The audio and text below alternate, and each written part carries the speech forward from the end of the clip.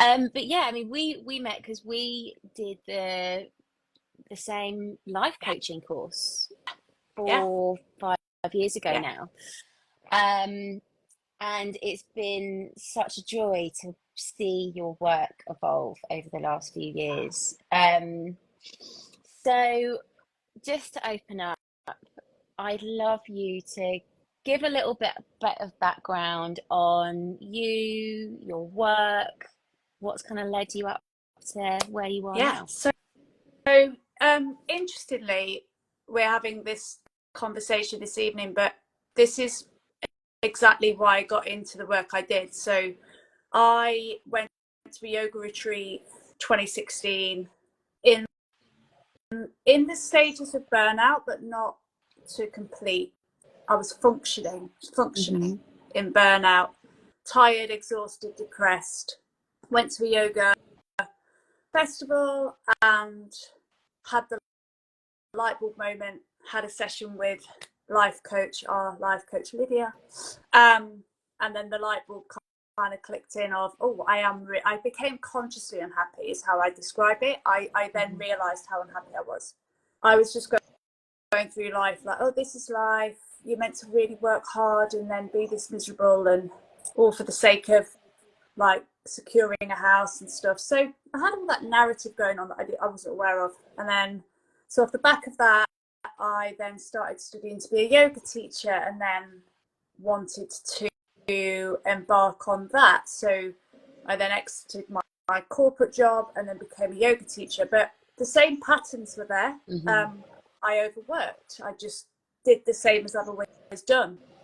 So I then embarked on, I'd had some life coaching that had gotten me to that stage of leaving my job, going to be a yoga teacher. But yoga teaching and yoga in itself can be a huge opening door to a lot of other things, because when Hmm. you start to go deeper than the physical body and you start to realize we're so much more than that, as in our behaviors are not necessarily conscious, they're lots of different things. So I delved in, had some tricky times with business and life in 2019, 2020, ended up having therapy, which just changed my whole life. We went deep and we got to some really core beliefs that I held.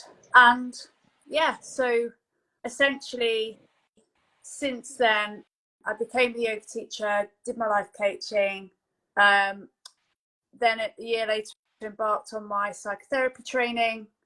So I'm a qualified hypnotherapist now, and I finish my psychotherapy. It will be about June or July. So yeah, it's opened up my coaching. It's opened up my mind, but fundamentally, I wanted to give back to women, and I work with a few men as well, but to give back to people what I had gained, and that was that freedom. Mm.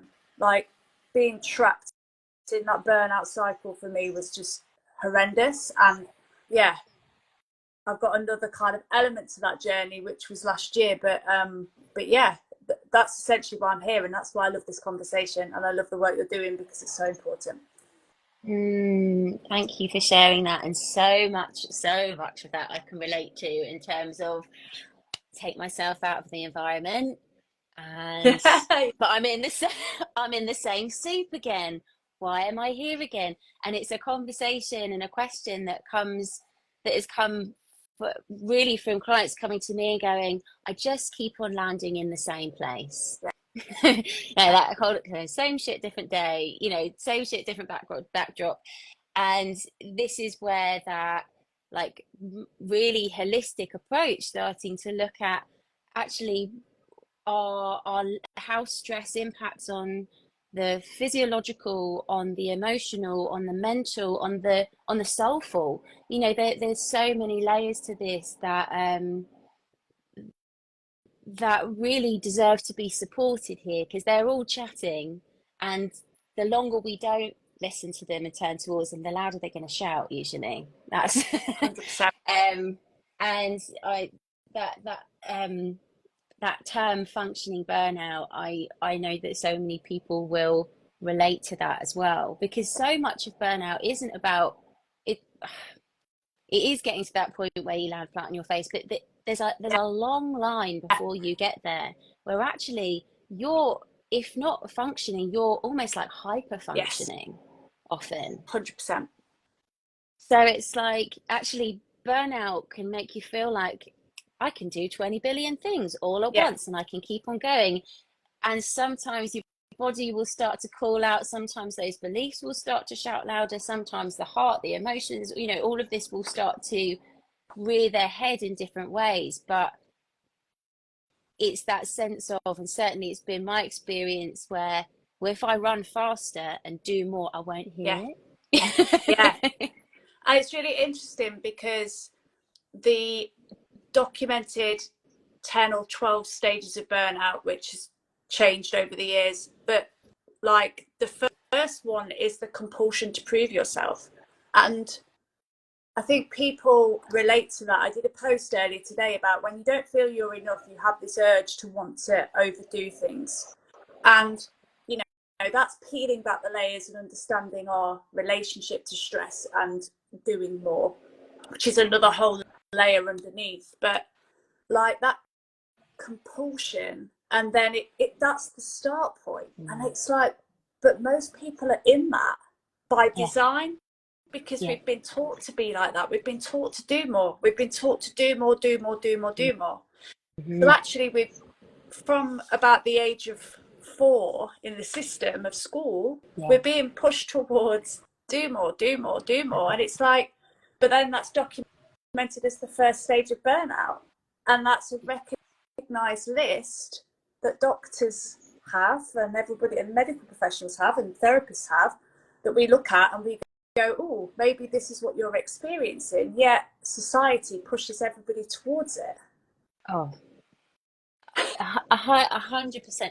And actually, if we look at the conditioning that's passed down from our surroundings, from our upbringing, from our Yeah, communities as well, on that 0 to 2 first 2 years of life when we're building those like mega core belief infrastructure, looking back on in the program that I run, Resource to Resilient Women, there is time where we have to reflect back and be like, how were our caregivers dealing with stress?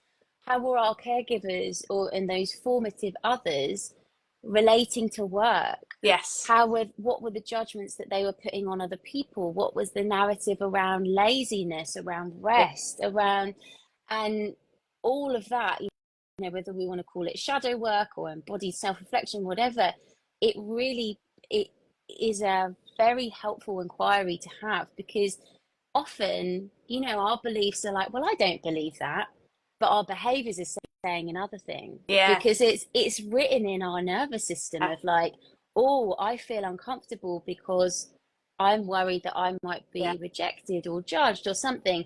If I slow down, if yeah, I say no to this, it's not like a conscious thing that's coming through. It's really coming through from that, before language, when it was yeah, how, when our language was our body and our yeah. and pure connection. Um, yeah. Oh, so I was having a re-look through, because I do love watching your work unfold, and I saw that post today, and if anyone hasn't seen it yet, do go and have a good old look at it straight away. When you look at and think about everything that we just spoke, and more Mm. about the role that stress plays on stopping people from living a life that is on their terms, Yeah. living a life that they feel fulfilled in, like, where do you, how much of a role do you think stress plays in that? So, so stress is inevitable. Mm. Stress is life. Stress happens. It's people's relationship to stress or attachment to it that makes the difference in their Mm-hmm. life, because you could have a set of twins who have grown up in the same environment but have a completely different viewpoint on what that environment is, and then maybe because of that respond to stress differently. It's a really difficult thing with identifying the stressor, so what's causing me the stress, is the key thing. Because then if somebody's saying to me, oh, this is so stressful in my life, and I'm looking at it objectively going, that shouldn't really be that stressful, we need to dig deep into the why. So certain people can fling through life seemingly okay, dealing with loads of stuff, and then other people don't. It kind of, you know, some people will say it's a weakness, some people say the other's a strength, but it's very much, it's such a personal thing of how it impacts everybody, because stress is through the eye of the beholder. So I think it's a difficult one to really answer in a very specific way. But also the other side of it is, and I'm sure we'll come on to this, is that actually people that deal with stress really well, that can be a trauma response. And I am super resilient, and I will work and work and work and work and work, and I have the capacity to keep going. A lot of people do who have that experience of trauma or experience of early years conditioning. So it's really difficult to pinpoint how it might affect someone, because for years, for me, stress was helpful because it allowed me to work my way up and get to where I needed to be. So asked me years ago, I would have said it's super helpful, until my body was flooded with adrenaline and cortisol majority of the time, because I just stopped being able to be resilient and deal with it all, because it was overwhelming. So I think there is that element of, we probably have more stress in our day-to-day lives now because we've just got so much more going on. Like, phones are on 24/7, you're attached, there's noise all the time, but it's very much the individual's experiences that impact how they're dealing with that stress. I think is the best way for me to answer that, if it did. No, absolutely. And I think there's something that I speak to my clients about a lot. It's like, stress is not the problem.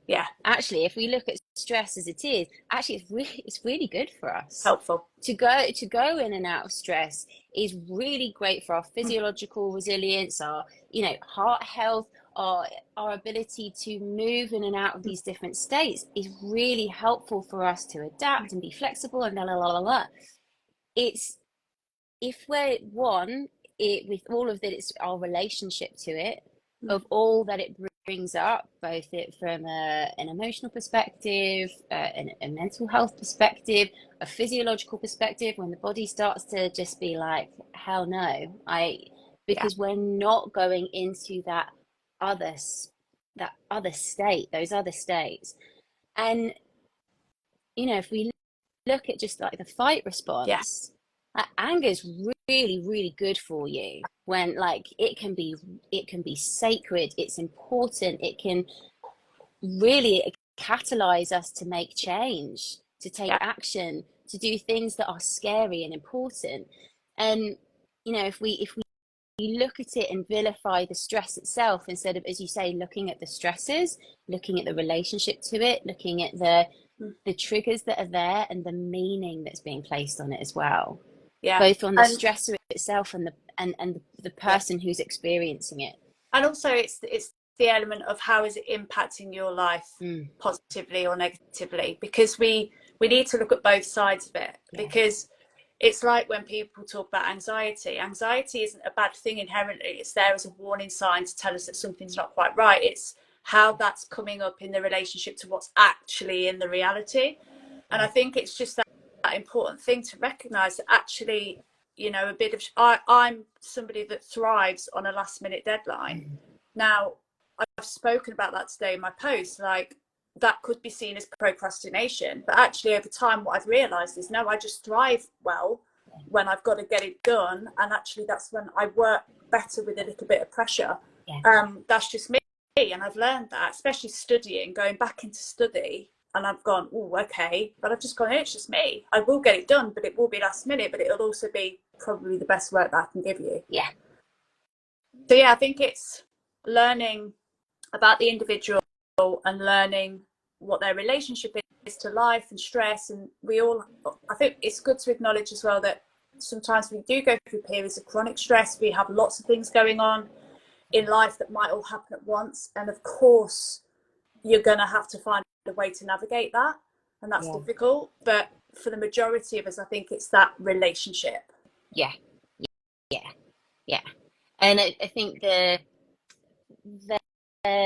just speaking to that resilience piece that you spoke to before, around, rising to challenges, navigating life in a way that we feel like we can, that's a part of building that resilience on that multi-layered level as well.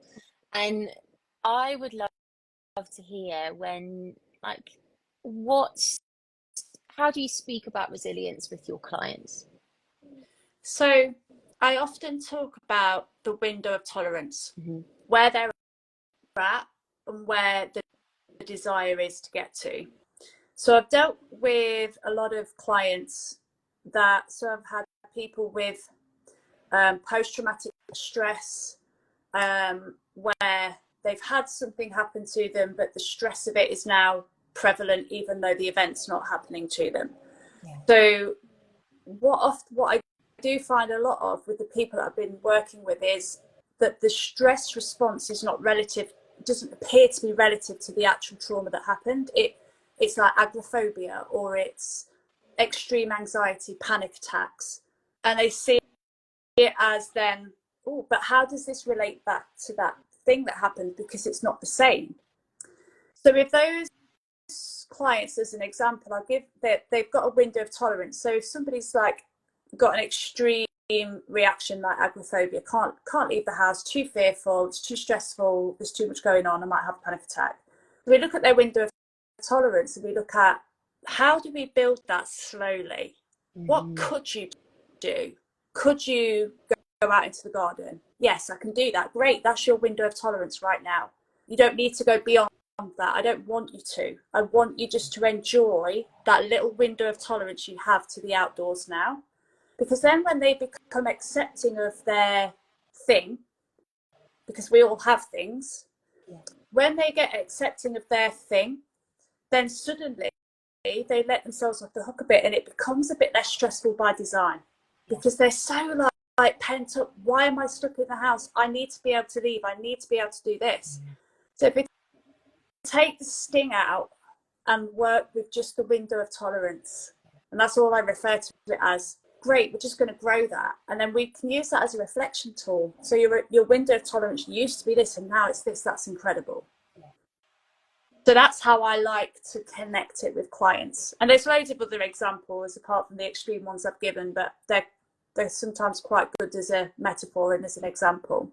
Yeah, I use the window of tolerance a lot myself. I use heart math coaching quite a lot in my work, and we use the window of tolerance, and it's such a wonderful reference tool. And I think particularly when people are coming who are wanting change, and fast and understandably, but when we're working with the nervous system and it's already overwhelmed, we can't be blasting through those comfort zones, because we're just going to add more overwhelm, more pressure, more meaning, more potential for them to feel like it's not working, for them to be failing. And it's so important to be like this, like slow is the fast way. Yeah. It's those gradual, incremental steps, actions, little shifts, because every time we introduce anything new, whether it's a thought, a step outside, our nervous system's got to adapt again and be like, whoa, okay, there's something unfamiliar in this, and it'll be calling it out as unfamiliar, so higher risk, of course. So we've got to work with that. So we kind of, as you say, like understanding, some people might call it like, I don't know, the comfort zone maybe. Knowing where those edges are is so helpful and insightful, because you can stand next to the edge maybe for a little bit, and maybe even look over the edge a little bit and know that that's enough. And now let's land here and recalibrate. And if we're working with burnout specifically, it's that recognition that that person is with you because they have pushed it too hard. That's already their thing. So they're already probably feeling ashamed of where they're at, beating themselves up for it. I'm not the person I used to be. Why can't I do this anymore? Why doesn't life feel great? And it's like, if suddenly we're going in with the approach of, you can do this, we're going to do this, we're going to work through these steps, and this is going to happen, it speaks to part of them, but their nervous system is like, hell no, we're done with this, we don't do this anymore. So yeah, it's so vital to get I think mirroring the language of your client, but just getting to that point of, how do we stretch rather than push? Yeah, yeah. I think is key. And those words in itself, like with a lot of my clients, and particularly in this kind of stress healing and recovery work, to look at our relationship to pushing ourselves. What does it mean to push? We feel like we have to push.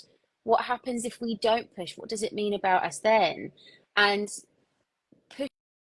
pushing ourselves can often be a coping mechanism and response. This doesn't feel right. This isn't working. This hasn't worked out the way that I want. Push faster. Push harder. Push faster. Go faster. Do more. And it comes back to that thing again. Go faster. Do more. Do more. And it fuels itself. Yeah. Given that you have had this personal experience yourself, what are your what are your non-negotiable tools that you use to support yourself on the regular? Yeah, so self-reflection, where am I at, how am I feeling, boundaries, because even if you are skilled at creating them, they can often disappear in times of stress. They're meant to, because when you're stressed, you're in fight, flight, freeze, that nothing else matters apart from your survival. So those beautiful little boundaries you put in place often go out the window. So those two things, I think, self-reflection, boundaries, are the core of it. But on a very kind of self-care level, mindfulness, movement, and nature, 3 non-negotiables. Movement could be a class, lifting weights, whatever that may be. It could be yoga, could be yin yoga, which is not actually movement but is, because it's moving something different. Mindfulness, and I use mindfulness more than meditation. I love meditation. I think it's amazing. I have got quite an active energy, so for me, mindfulness, breath work, much better from my mind. And also, if I'm out hiking, which is my favorite go-to, like that's the number one for me out of all of it, because hiking, you get all of that in one. I'm in nature, I'm breathing, I'm climbing a hill, my heart's beating faster than it's not. It's like everything to me. So that is my, like, going into this year, I was like, my non-negotiable is, once a week, getting myself up a high hill and just being there, no earphones, just there. Yeah. But I think the wonderful world of social media, and it is wonderful because people can be educated and get ideas. I think there's a lot of push around self-care. Self-care is the antidote to burnout. It's like, actually, boundaries are the antidote to burnout. And often it doesn't get talked about enough. People talk about, do meditation, go to yoga, and corporate businesses put like staff well-being days on. It's always yoga and mindfulness. It's like, no, they need to go home on time. That would help. Like, send them out of the office at 5 and tell them to switch their phone off.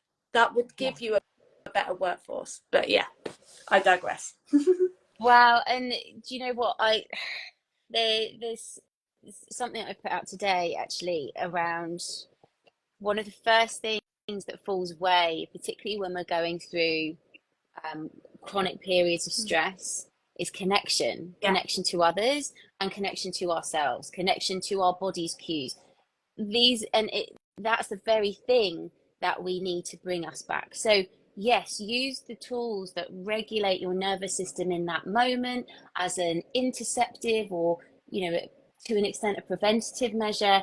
But actually we also need to look at how we're sitting in community, how we're asking for support, how we're receiving support, if we're doing any of that, if we're reaching out to people, if we feel a part of something.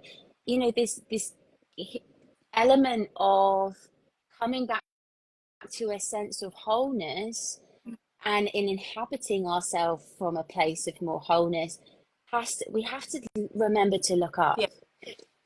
and 100%. around again. And I think that's something that, as you say, is so important to add to the narrative. And I'm so glad you said it, because I heart came about it all the time. Regulation is important, but it's not the whole. Yeah. We've got to look at all these other layers of us, and as social animals, Yeah. it's a biggie. And then sorry, my phone's just on the little flashy thing. That connection also comes to nature, reminding ourselves that we're made out of the same Yeah. stuff. And, Breathe and some of that, that in. yeah, and that element of self-connection, which is exactly what a boundary is. Like, how am I connecting to me? How am I connecting to others? And one of the stages of burnout takes that into account. And it says like that disassociation and all of those things, that work becoming the most important thing. And that's one of the stages of burnout. It's a telltale sign that that's where you're heading. So I think, yeah, I think having those non-negotiables from a self-care perspective are really important, but the other things are going to be more life-changing over time, long term. Yeah. And I love what you said about boundaries as a really regular self-reflection piece, because our boundaries change. They Yeah. have to, because life's changing. Our commitments, our resource levels, are Yeah. for the last 2 years I haven't slept, so my boundaries had to change because Frank didn't sleep for a long time. And we have to keep on checking in, because what we might have been able to give yesterday, last week, 2 years ago, is going to be very different to what is required Yeah. today, and what we are able to give and receive today. So it's that constant, and allowing ourselves for that flexibility, again coming back to that resilience piece, because when we are in in those stages of chronic stress and moving towards burnout, our perception becomes a lot more rigid. Yeah. And I think I've had this a lot with my clients who have become mums or have been mums for a while, but have really struggled with their identity, the shift in what I'm able to do now is not what I was able to do, but society tells me I should be able to do it all. Society says I should be able to work and have a family and do this and do this and do this, and it's like, whoa, okay, you've only got a finite amount of energy. Like, you cannot be all of those things. You got to kind of pick a lane, and that doesn't mean that you can only be a mother as your sole identity, but you've got to pick the lane that's most important to you, and then you dip in and out of the other ones as you can. And I think that's been a huge eye-opener for me with working with all sorts of different clients as well. Yeah And that, particularly from that becoming a parent piece, when those goalposts change, when our resource levels change, when the amount of spoons changes, again, it can spark such a shaking of our ego, and what we thought was what made us, what made us good or successful or strong or independent or resilient. And again, it comes back to when those foundations feel shaky, when we are under pressure, when we do feel those resources running lower, that's when those old beliefs that we thought we'd put to bed just come up and have a field day, because our subconscious is also going, well, hold on, actually we're going to take over a little bit, because to save on some resource, save you some headspace, we're going to go back to the filing cabinet and pull out some old stuff so we can just run on Yeah. autopilot. And I think I can certainly relate to this, and it certainly comes up in my work a lot when we're like, I thought I dealt with that, and here I am on that Yeah. old program again.